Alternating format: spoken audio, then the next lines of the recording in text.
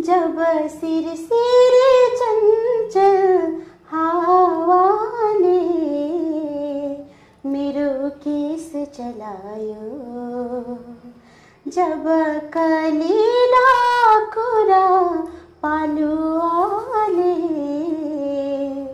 बसन्त बोलायो, चारैतिर नयाँ रंग छायो, रमाएर कोइलीले गायो। हामीले टिभीमा जति सरल तरिकाले देख्छौँ नि त्यति चाहिँ हुँदैन, त्यहाँ कति पनि हुँदैन। हामी सुरुमा जाँदाखेरि जस्तै 7 बजे म पुगेको थिएँ त्यहाँ बुटोल, अब कहिले म गएको पनि थिएन बुटोलमा। अनि त्यसपछि त्यहाँबाट एकजना दाइले चाहिँ मलाई एकदमै हेल्प गर्नुभयो, उहाँलाई चाहिँ यो मिडिया मार्फत मैले थ्याङ्क यू दिन चाहन्छु। भयो त्यो बेलादेखि बाबाले के भन्नुहुन्थ्यो भने म अब बुढो भइसकेँ, अब मेरो छोरी ठुलो भइसकेपछि चाहिँ अध्यक्ष बन्नुपर्छ भनेर भन्नुहुन्थ्यो कि। अनि मलाई चाहिँ त्यही बेलादेखि नै एउटा मेरो सोच के थियो भने म चाहिँ अब कुसुन्डाको अध्यक्ष बन्नुपर्छ भन्ने सोच लाग्थ्यो, जिम्मेवारी छ ममा थुप्रै भन्ने लाग्थ्यो। उर्मिलाको नजरमा प्रेम चाहिँ के हो त? ए है माया तिमी काको म काको, ए है माया दो बाटोमा भेट भएको, यी आँखामा तिम्रो तस्बिर हिट भइसक्यो, रात दिन तिमीलाई सम्झिँदा सम्झिँदै यो मनमा तिम्रो नाम फिट भइसक्यो। दर्शकबिन नमस्कार, तपाईँ यति बेला हेर्दै हुनुहुन्छ इन्द्रेणी अनलाइन टिभी। दर्शकबिन, आज हामी तपाईसँग इन्द्रेणी अनलाइनमा इन्द्रेणी अनलाइन संवादमा छौँ। यति बेला हामीसँग चिरपरिचित अनुहार तपाईँले फ्रेममा देखिसक्नु भएको छ, उर्मिला कुसुन्डा। उर्मिलाको बारेमा धेरै भन्नु पर्दैन, सायद दर्शकबिनहरूलाई सब धेरै कुरा थाहा छ। म यो अनुहारसँग चाहिँ परिचय भन्दा पनि कुराकानी गर्न गइरहेको छु। दर्शकबिन, म उहाँलाई चाहिँ यो कार्यक्रममा स्वागत गर्न चाहन्छु। उर्मिलाजी, तपाईँलाई स्वागत छ। Thank you. के छ आजकल हालखबर? हालखबर ठिकै छ। के चल्दैछ आजकल लकडाउन पछिको अवस्था? लकडाउन पछिको त्यही हो, टाइम पास गर्ने, टिभी हेर्ने, यताउति त्यही नै। पढाइ पनि बन्द छ के होइन? हजुर। अनि साङ्गीतिक रूपमा चाहिँ तपाईँ एकदमै अगाडि आएको, एल्बमहरू नभए पनि तपाईँको मिठो स्वरले युट्युबहरूमा भाइरल भइराख्नुहुन्छ। पछिल्लो अवस्था साङ्गीतिक अवस्था के छ? साङ्गीतिक अवस्था जस्तो पहिला थियो त्यस्तै छ होइन, तर पहिले भन्दाखेरि पनि अलि भाइरल हुन्छ होइन। भाइरल भएपछिको चाहिँ मेरो अलिकति बिजी पनि छु, मिडियाहरूको कल आउँछ इन्टरभ्यू गर्नु पर्यो भनेर। अनि त्यसपछि त्यही हो, गीत सङ्गीत चाहिँ मेरो प्राय मिडियामै गर्छु म धेरै जस्तो। अब आज हामी अलिक गहिरोसँग जाउँ। उर्मिलालाई चाहिँ यो गीत गाउने रहर अथवा गीत गाउनु सुरुवात चाहिँ कहिलेबाट भयो? सुरुवात त मलाई चाहिँ सानैदेखि गीत सङ्गीत अनि डान्सहरू भनेपछि एकदम मनपर्ने। अनि डान्स फेरि मैले सानोदेखि गर्थेँ, गीत चाहिँ मैले गाउने थिएन। अनि एकपटक के भएको थियो भने म 9 मा पढ्थेँ, त्यति बेलामा भर्खर 9 क्लास स्टार्टिङ थियो।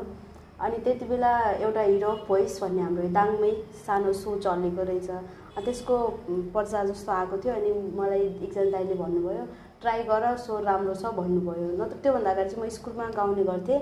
अनि स्कुलमा साथीहरूले राम्रो छ भनिसकेपछि त्यो दाइले पनि राम्रो छ ट्राई गर भन्नुभयो। अनि म ट्राई गरेँ। त्यसमा सुरुको अडिसनमा चाहिँ अरूले गाउँदै थिएँ, मैले केही सिकेको पनि थिइनँ।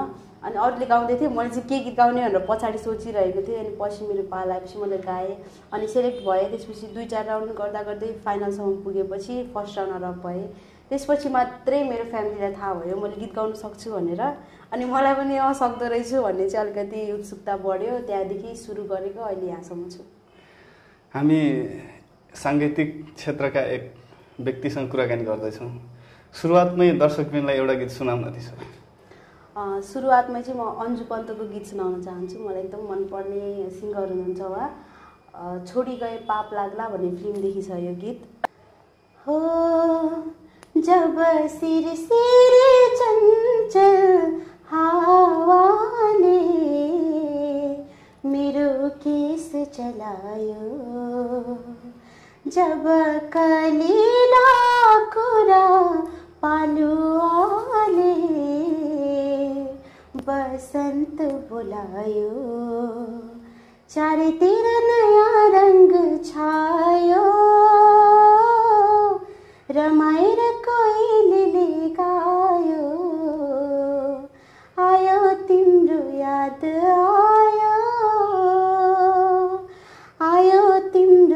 याद आयो आयो तिम्रो याद आयो आयो तिम्रो याद आयो। निकै मिठो स्वर छ। तपाईँ सङ्गीत क्लास लिने गर्नुभएको छ? छैन, अहिलेसम्म लिएको छैन। सङ्गीत क्लास नलिएर पनि यति मिठो स्वर छ नि? गडले गिफ्ट दिनुभएको होला। अनि हिरो अफ भोइस पछि तपाईँ इन्डियन आइडलमा पनि जानुभयो क्या होइन? नेपाल आइडल। नेपाल आइडल, माफ गर्नु होला, नेपाल आइडलमा पनि जानुभयो। हजुर हजुर। नेपाल आइडलमा जाँदाखेरिको अनुभव सुनाउनुहोस् न हामीलाई। नेपाल आइडलमा के भयो भने सुरुमा चाहिँ अब हिरो भोइस सकिसकेपछि अनि अहिले भर्खरै हो 1 वर्ष जति भयो म यसरी मिडियामा आउन थालेको। अनि सबैजनाले चाहिँ कमेन्टमा के लेख्नुभयो भने स्वर चाहिँ एकदम राम्रो छ, नेपाल आइडलमा ट्राई गर्नुहोस् भनेर भन्नुभयो। अनि मलाई पनि फेरि ठ्याक्कै त्यसको कति महिनापछि चाहिँ फेरि मोबाइलमा मैले देखेँ नेपाल आइडलको अडिसन सुरु हुँदैछ भनेर। अनि त्यसो देखेपछि अब सबैले भन्नु पनि भएको थियो। अनि मनमा चाहिँ एक किसिमको के भयो भने जानुपर्छ जस्तो लाग्यो। अनि मैले फ्यामिली घरमा भने हुन्छ जाउँ न त, हामी सपोर्ट गर्छौँ भनेर भन्नुभयो। अनि त्यसपछि म गएँ बुटोल अडिसन दिन। त्यसपछि अब त्यहाँ अनुभव चाहिँ एकदमै राम्रो नै भयो। अब त्यहाँको यस्तो यस्तो भएको थियो भन्दा पनि होइन, त्यहाँ एकदम रमाइलो पनि भयो अनि अलिकति दुःख पनि भयो होइन। दुःख चाहिँ कुन अर्थमा भयो? कुन अर्थमा भन्दा अब त्यो लाइन लाग्नु पर्ने थियो त्यहाँ, किनभने हामीले टिभीमा जति सरल तरिकाले देख्छौँ नि त्यति चाहिँ हुँदैन, त्यहाँ कति पनि हुँदैन। हामी सुरुमा जाँदाखेरि जस्तै 7 बजे म पुगेको थिएँ त्यहाँ बुटोल। अब कहिले म गएको पनि थिएन बुटोलमा। अनि त्यसपछि त्यहाँबाट एकजना दाइले चाहिँ मलाई एकदमै हेल्प गर्नुभयो। उहाँलाई चाहिँ यो मिडिया मार्फत मैले थ्याङ्क यू दिन चाहन्छु। उहाँले एकदम हेल्प गर्नुभएको थियो मलाई। प्रवीण बन्जाडे भन्ने दाइले चाहिँ मलाई हेल्प गर्नुभयो त्यहाँनिर। त्यो स्कुलको लोकेसन मलाई दिनुभयो। त्यसपछि राम्रो होटल खोजिदिनु भयो बस्नको लागि। अनि गएपछि चाहिँ 10-11 बजे बल्ल गेट खुलेको थियो। हामी चाहिँ 7 बजे गएर वेट गरेर पुरा अब फर्म भर्नलाई रेडी भएर बसेको। अनि एकदम गाह्रो पनि भएको थियो, गर्मीको सिजन थियो त्यति बेलामा। अनि घाम एकदम जरक्क लागेको थियो। त्यति बेला पनि लाइन लाग्नुपर्ने, 5 घन्टा लाइन लागिसकेपछि बल्ल बल्ल फर्स्ट राउन्डको पाला आयो। फर्स्ट राउन्डपछि फेरि कति 3 घन्टा जति बसेर अर्को नेक्स्ट राउन्डको लागि पाला आयो। फर्स्ट राउन्डबाट सिलेक्ट भएकोलाई मात्रै नेक्स्ट राउन्डको लागि फेरि अडिसन दिनु पर्दो रहेछ, त्यो चाहिँ टिममा देखाउँदैन है। त्यसपछि बल्ल चाहिँ जज राउन्ड हुँदो रहेछ, जज काठमाडौँ गएर जजको अगाडि गीत गाउनुपर्ने। बुटोलमा चाहिँ मलाई एकदम गाह्रो फिल भएको थियो र एक्साइटेड पनि थिएँ फर्स्ट टाइम गएको भएर, त्यही नै हो। अनि इन्डियन नेपाल आइडलमा गइसकेपछि तपाईँले अनुभव गर्नुभएका र सिक्नुभएका कुरा चाहिँ के हो त? सिकेको कुरा चाहिँ एउटा कुरा, मैले म्युजिक सिकेकै थिएन। अब स्वर मात्रै थियो मेरो खासमा भन्नुपर्दा। मसँग ज्ञान थिएन कि कुन गीतलाई कसरी गाउनुपर्छ भन्ने चाहिँ मैले मोबाइलमा सुनेर मात्रै गाउने गर्थेँ। तर त्यहाँ गइसकेपछि कति धेरै एक्सपिरियन्स भएको दाइ दिदीहरू हुनुहुन्थ्यो। अनि उहाँहरूले भन्नुभयो एकदम फ्यामिलियर भइसकेको थिएँ कि म चाहिँ अलिक छिटो घुलमिल्छु मान्छेहरूसँग, अलिक छिटो नै घुलमिल्ने गर्छु। अनि दादाहरू हुनुहुन्थ्यो, उहाँहरूले चाहिँ मैले उहाँहरूलाई सोध्ने पनि गर्थेँ यसलाई कसरी गाउनुपर्छ। अनि उहाँहरूले तिमीले सिकेको छैनौ भनेर चाहिँ उहाँहरूले पत्याउनु हुन्थेन कि। अनि मैले सिकेको छैन भनेर भन्दाखेरि अनि उहाँहरूले सिकाइदिनुहुन्थ्यो, यस्तो यस्तो यो स्केलमा तिम्रो सुट गर्छ, यो स्केलबाट उठाऊ भनेर सिकाइदिनुहुन्थ्यो। अनि अनुभव एकदम राम्रो भयो। अरू पनि थिए मेरो रुममेटहरू, उहाँहरूले पनि एकदम, हामी चाहिँ राति राति पऱ्यो भने के गर्थेँ भने तल रुममा चाहिँ दाइको एउटा गिटार थियो होइन, त्यो गिटार लिएर चाहिँ माथि आएर मैले बजाउँथेँ न, अरूले गाउँथेँ, रमाइलो गर्थ्यौँ। अनि एकदम रमाइलो नै भयो। हामी एकैछिन पारिवारिक तर्फ पनि जाउँ। अनि घरमा चाहिँ को हुनुहुन्छ नि तपाईँको? घरमा मम्मी बाबा 2टा दिदी हुनुहुन्छ, म छु अनि बहिनी। परिवारमा चाहिँ कतिको सहयोग छ यो साङ्गीतिक क्षेत्रका लागि?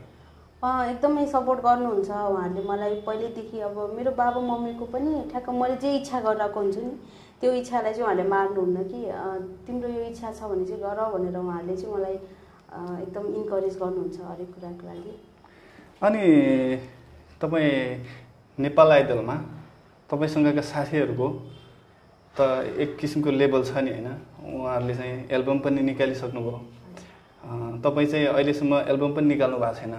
यो फरक चाहिँ किन भएको रहेछ, के रहेछ खासमा? के रहेछ भन्दा अब खै त त्यो चाहिँ मलाई खास चाहिँ थाहा भएन। तर मेरो विचारमा चाहिँ के भयो भने उहाँहरू चाहिँ, मैले अब त्यसरी भन्नु त नमिल्ने हो, तर पनि पूर्वतिरको हुनुहुन्थ्यो धेरै जस्तो होइन। अनि पूर्वतिरको चाहिँ अलि मैले प्रायः हामीले कलाकारहरू पनि पूर्वतिरकै देख्छौँ नि। अनि उहाँ पूर्वतिर चाहिँ अलि धेरै भाइरल भइसक्नु भएकोहरू चाहिँ अलि धेरै त्यो हुन्छ नि अगाडि चाहिँ आउनु हुँदो रहेछ जस्तो लाग्यो मलाई। अनि मभन्दा अगाडि भाइरल हुनुभएको थियो, म चाहिँ अलिक पछितिर थिएँ। त्यति बेला त म नेपाल आइडल जाँदाखेरि चाहिँ म त्यति साह्रो बेसरी भाइरल भएको थिइनँ, भर्खर स्टार्टिङ भइरहेको थियो कि मेरो त्यति बेला। अनि उहाँहरूले चाहिँ अब सायद मलाई पनि कता कता लाग्छ अब कोही म्युजिसियनहरूले सङ्गीतकारहरूको कानसम्म मेरो यो स्वर आवाज पुग्यो भने चाहिँ अवसर दिनुहुन्छ जस्तो लाग्छ मलाई पनि। त्यसो भए के छ अबको दिनहरूमा सङ्गीतकारहरू अथवा ती व्यक्तिहरूसँग त्यहाँसम्म तपाईँको आवाज पुर्याउनलाई चाहिँ के कुराले चाहिँ रोकिरहेको जस्तो लाग्छ? के कुरा भन्दा पहिलो सुरु कुरा चाहिँ अब आर्थिक नै हो होइन, सबैलाई चाहिने भनेको त्यही नै। अब म यहाँ यो ठाउँमा बसेर पनि सायद हुँदैन जस्तो लाग्छ, किनभने यहाँ अलिकति दुर्गम ठाउँ नै भन्छ होइन काठमाडौँ हेरेर चाहिँ। तर काठमाडौँ गयो भने चाहिँ अलिकति यताउता गरेर थाहा पाइन्छ जस्तो लाग्छ मलाई। त्यसो भए उर्मिला पनि अब काठमाडौँ सिफ्ट हुने तयारीमा हो भनेर बुझ्न सकिन्छ? अनि सिफ्ट नै हुने त होइन, तर अब यो म्युजिक सिक्न चाहिँ म त्यता जाने भनेर मम्मी बाबाहरूले भनिराख्नु भएको छ। अब इक्जाम सिधाएपछि चाहिँ जान सक्छु। ठिक छ। अनि यही बिचमा अब हामी अलिक गफ पनि गऱ्यौँ, केही आन्तरिक कुराहरू पनि गऱ्यौँ। अब फेरि एउटा गीत सुनौँ न उर्मिलाको। हुन्छ पर्दैन, काट्छौँ हामी। यो समयमा चाहिँ म हाम्रो किन बढ्दैछ ढुकढुकी मुटुको भन्ने गीत गाउन चाहन्छु। किन बढ्दैछ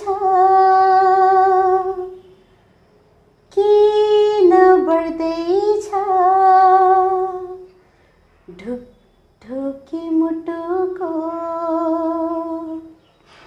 किन बढ्दैछ ढुकढुकी मुटुको, किन झझल्को झलझली आँखामा कोही आउँछ आज मेरो माया लिएर। किन बढ्दैछ ढुकढुकी मुटुको, किन झझल्को झलझली आँखामा कोही आउँछ आज मेरो माया लिएर। किन बढ्दैछ ढुकढुकी मुटुको, खोज्दथे मायालुए आफ्नै सजाउँथे सपनाए आफ्नै, खोज्दथे आफ्नै सजाउँथे सपनाए आफ्नै, कोही आउँछ आज मनको मित बनेर। किन बढ्दैछ ढुकढुकी मुटुको, किन झझल्को झलझली आँखामा कोही आउँछ आज मेरो माया लिएर। किन बढ्दैछ ढुकढुकी मुटुको। दर्शकबिन यति मिठो स्वर छ हाम्रो उर्मिला कुसुन्डाको। र दर्शकबिन फेरि म जोड्न चाहन्छु, उर्मिला चाहिँ साङ्गीतिक क्षेत्रमा रहन सकेन भने के गर्छ होला अर्को? मलाई चाहिँ त्यस्तो केही सोच्नै आउँदैन। मलाई चाहिँ कति बेलामा प्रायः जस्तो के लाग्छ भनेदेखि मेरो मनमा चाहिँ के लाग्छ, ढिलै भए पनि एक न एक दिन चाहिँ मेरो केही म आफ्नो अब सपनामा चाहिँ सक्सेस हुनेछु जस्तो लाग्छ। त्यही भएर अरू केही सोचेकै छैन मैले त।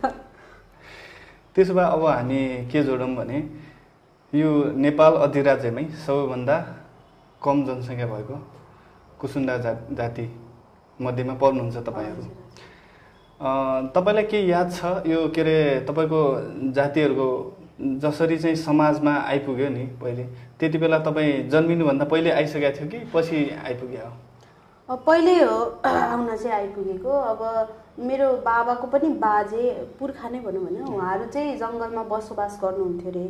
अनि जङ्गलमा बसोबास जङ्गलमा चाहिँ कसरी पुग्नु भयो भन्दाखेरि अब मैले मेरो बाबाले भनेको सुनेको है, खासै मलाई थाहा छैन, तर उहाँले भन्दै गर्दा मैले सुनेको चाहिँ हामी बसोबास गर्दा गर्दै चाहिँ अरू जातको मान्छेहरू आएर चाहिँ हामीलाई अब यस्तै केही गरेर चाहिँ जङ्गल पठाइदिनु भएको, जङ्गलमा चाहिँ भागेर जानुभएको अरे हाम्रो जातको, हामी र राउटे जातिको मानिसहरू जानुभएको अरे। अनि त्यसपछि उहाँहरू चाहिँ जङ्गलमै बसोबास गरिराख्नु भएको कारणले गर्दाखेरि हामीलाई वनराजा भनेर भनेको। अब हाम्रो अर्को कुसुन्डालाई चाहिँ वनराजा पनि भन्ने गर्छन् होइन। अनि उहाँहरूले वनराजा त्यो कारणले पनि, अनि त्यसपछि अब राउटेहरूलाई चाहिँ हामीले शासन चलाएको अरे कि त्यति बेला होइन, हाम्रो पुर्खाहरूले चाहिँ शासन चलाउनु भएको अरे जङ्गलमा। अनि त्यही भएर राजा चाहिँ हामी अनि राउटेहरू चाहिँ हाम्रो रैती हुनुहुन्थ्यो अरे। कतिजनाले के भन्नुभएको थियो भने म सुरुचोटि मिडियामा आउँदाखेरि कुसुन्डा र राउटे एउटै हो कि होइन भन्नुभएको थियो। त्यसको आन्सर चाहिँ म यो मिडिया मार्फत भन्न चाहन्छु, कुसुन्डा र राउटे चाहिँ एउटै हुनुहुन्न, राउटे चाहिँ हाम्रो रैती हुनुहुन्छ होइन। खासमा भन्दाखेरि कुसुन्डा राउटेहरू चाहिँ दुइटै चाहिँ ठकुरीमा पर्नुहुन्छ होइन। हामीले चाहिँ अब यस्तो लामो भन्न नसकेर के जात हो कुसुन्डा भनेर भन्दाखेरि ठकुरी हो भनेर भन्ने गर्छौँ कि अब सबैलाई यसरी डिस्क्रिप्सन त दिन सकिँदैन। अनि अब लामो समयसम्म जो बस्नुहुन्छ उहाँहरूलाई मात्र भन्ने हो। अनि ठकुरी हो हामी चाहिँ, कुसुन्डामा पनि कति साई ठकुरी हुनुहुन्छ, कति सेन ठकुरी हुनुहुन्छ, तर हामी चाहिँ सेन ठकुरी हौ कुसुन्डाको। अनि लोप भएको कारणले गर्दाखेरि चाहिँ हामीलाई अब ठकुरीमा चाहिँ हामीलाई जस निकालेको छ ठकुरीबाट चाहिँ हामीले लोप भएको कारणले गर्दाखेरि, नत्र भने सेनमा पर्छ कुसुन्डा चाहिँ। तपाईँ त यो तपाईँको एउटा जाति भनौँ न, जातिको एउटा चाहिँ कलाकारिता क्षेत्रमा आएको गर्व लाग्छ होला नि होइन, एउटा चाहिँ पहिलो कलाकारको रूपमा स्थापित हुन पाउँदाखेरि एकदम खुसी लाग्छ। अब त्यति अब धेरै नै भनौँ न होइन, 173 जनामा चाहिँ त्यो मध्ये जसलाई पनि त पढ्न सक्थ्यो होइन, तर त्यो भाग चाहिँ मलाई पढ्यो, त्यही भएर एकदम खुसी लाग्छ मलाई चाहिँ। कहिलेकाहीँ त्यस्तो लाग्दैन के अरे म माथि चाहिँ जिम्मेवारी बढेर आयो भन्ने चाहिँ लाग्दैन? कहिलेकाहीँ भन्दा नि म जब अलिक थाहा पाउने भएँ त्यो बेलादेखि नै बाबाले के भन्नुहुन्थ्यो भने म अब बुढो भइसकेँ, अब मेरो छोरी ठुलो भइसकेपछि चाहिँ अध्यक्ष बन्नुपर्छ भनेर भन्नुहुन्थ्यो कि। अनि मलाई चाहिँ त्यही बेलादेखि नै एउटा मेरो सोच के थियो भने म चाहिँ अब कुसुन्डाको अध्यक्ष बन्नुपर्छ भन्ने सोच लाग्थ्यो, जिम्मेवारी छ ममा थुप्रै भन्ने लाग्थ्यो। अनि तपाईँहरूको प्रजाति दाङ जिल्लामा मात्रै छ कि दाङ जिल्ला बाहिर पनि छ, के थाहा छ? तपाईँ यो विषयमा चाहिँ अध्यक्ष हुने सोच गरिसकेपछि खोजहरू त गर्नुभयो होला नि? बाबाले भनेअनुसार म चाहिँ अब स्कुलले गर्दाखेरि मैले त्यति टाइम नै पाउँदिनँ खासमा है। अहिले चाहिँ मैले अब 12 सक्नु लागेको भर्खरै त हो है। अनि पहिला चाहिँ टाइम पाउने थिएन, बाबा चाहिँ जानुहुन्थ्यो जताकतै भ्रमण गर्न जानुहुन्थ्यो। अनि त्यति बेला चाहिँ थाहा पाएको दाङमा अलि धेरै हुनुहुन्छ, दाङ, सुर्खेत, तनहु, गोर्खा, प्युठान यतातिरै अन्य जिल्लाहरूमा पनि हुनुहुन्छ। हजुर। अनि अब लकडाउन पछि +2 सकाएर तपाईँ काठमाडौँ जाने सोचमा हुनुहुन्छ। अब उमेरको हिसाबले पनि म्याचुर हुँदै हुनुहुन्छ।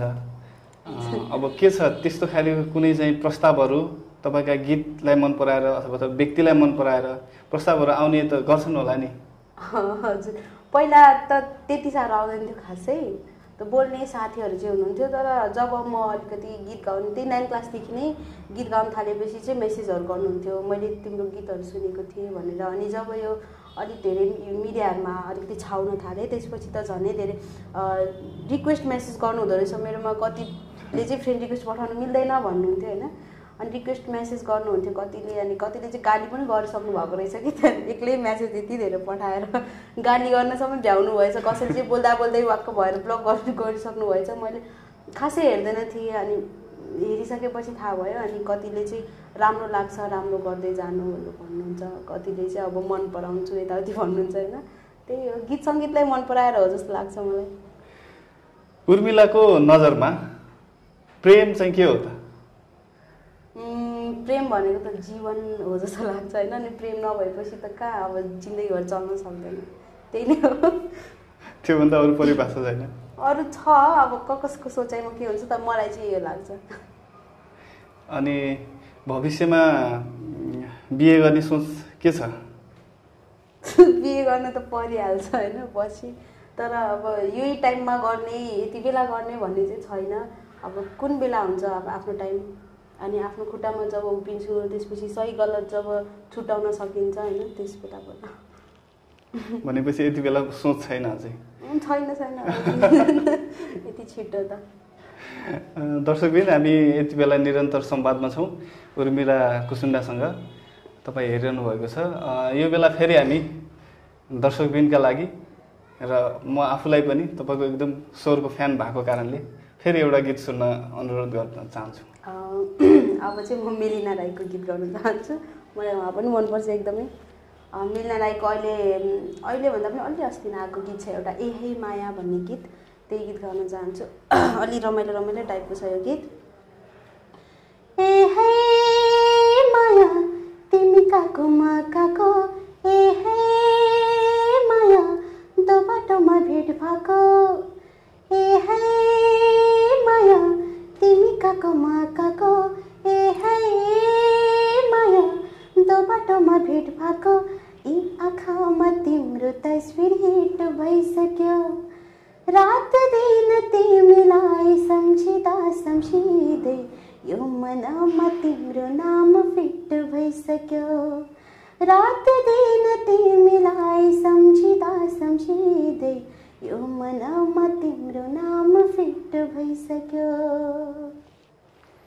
साह्रै मिठो स्वर छ अनि नेपाल आइडलमा जाँदाखेरि तपाईँको चाहिँ नजिकको साथी को थियो म नेपाल आइडल गएछु त्योभन्दा नेपाल आइडल गएपछि चाहिँ मलाई भोजराज दादा हुनुहुन्छ हाम्रो मिडियाको भोजराज दादाले चाहिँ रचना बहिनीसँग मलाई चिनजान गराइदिनु भयो म यताबाट एक्लै थिएँ बुटोलदेखि 9 जना सेलेक्ट गर्नुभएको थियो अनि केटीमा चाहिँ म एक्लै थिएँ अनि मलाई अलिकति अप्ठ्यारो भएको थियो अब कसैलाई नचिनेको अनि अब त्यहाँ गएर होटेलमा गएर बस्नुपर्ने अनि पछि मलाई भोजराज दादाले चाहिँ रचना बहिनीको नम्बर दिनुभयो अनि म पनि सिलेक्ट भएको छु म यस्तो भन्थेँ उसलाई पनि भन्नुभएको रहेछ चिनजान गर्नु भनेर ऊ पनि एक्लै रहेछ अनि त्यसपछि अब फेसबुकमा कुराकानी भयो त्यसपछि अनि बहिनी चाहिँ म चाहिँ गइसकेको थिएँ पहिल्यै अनि बहिनी चाहिँ पछि फ्लाइटबाट आएर अनि दिदी भनेर बोल्यो त्यसपछि त हामी एकदम नजिक नै भयो रचना बहिनी नै नजिक भनेपछि अझै पनि कुराकानी हुन्छ तपाईँहरूको अनि रचनाको त गीत आइसक्यो नि होइन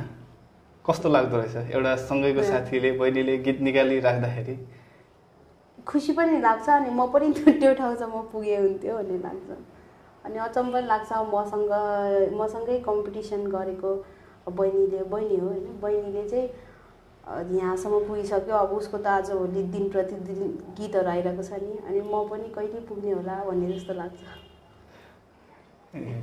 अनि गीत आइसकेपछि पनि रचनासँग कुराकानी भएको छ हजुर त्यस्तो पहिला जस्तो त हुँदैन अब ऊ पनि बिजी हुन्छ होला अनि कहिलेकाहीँ हुन्छ मनमा लाग्छ त्यसो भए होइन म पनि चाहिँ त्यो लेभलमा पुग्ने मान्छे हो तर पुग्न सकिएन भन्ने पुग्ने मान्छे हो भने चाहिँ म आफूलाई कसरी भन्नु होइन तर पुगे राम्रो हुन्थ्यो भन्ने चाहिँ लाग्छ नि आफ्नो सपना एउटा त्यही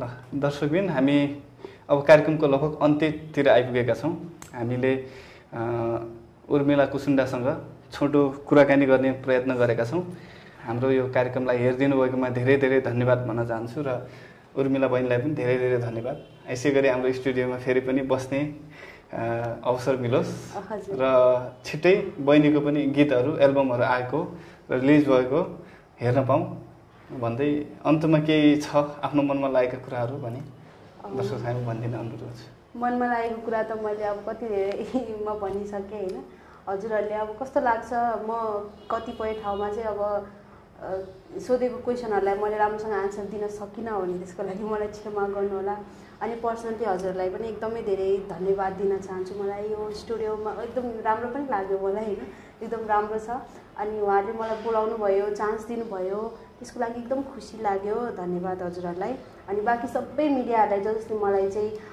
मेरो इन्टरभ्यूहरू लिनुभएको छ मेरो आवाजलाई चाहिँ देश विदेशसम्म पुर्याइदिनु भएको छ उहाँलाई सबैलाई धन्यवाद दिन चाहन्छु अनि मेरो स्वरलाई चाहिँ कस्तो छ भनेर भनिदिनु होला खासै धेरै एक हप्ता जति भयो मेरो स्वर अलिकति हितो भइरहेको छ त्यो देखिरहेछ अलिकति बुझ्नुहुन्छ उहाँले अनि त्यसलाई चाहिँ म अब क्षमा माग्दछु हजुरहरूलाई र कस्तो लाग्छ त्यो चाहिँ कमेन्टमा भन्न चाहिँ नबिर्सिनु होला दर्शकबिन हामी कार्यक्रम बिट मार्न गइरहेका छौँ आजको यस कार्यक्रम तपाईँलाई कस्तो लाग्छ जस्तो लाग्छ कमेन्टमा गएर राखिदिनु होला। साथै सेयर र सब्स्क्राइब गर्न पनि नबिर्सनु होला।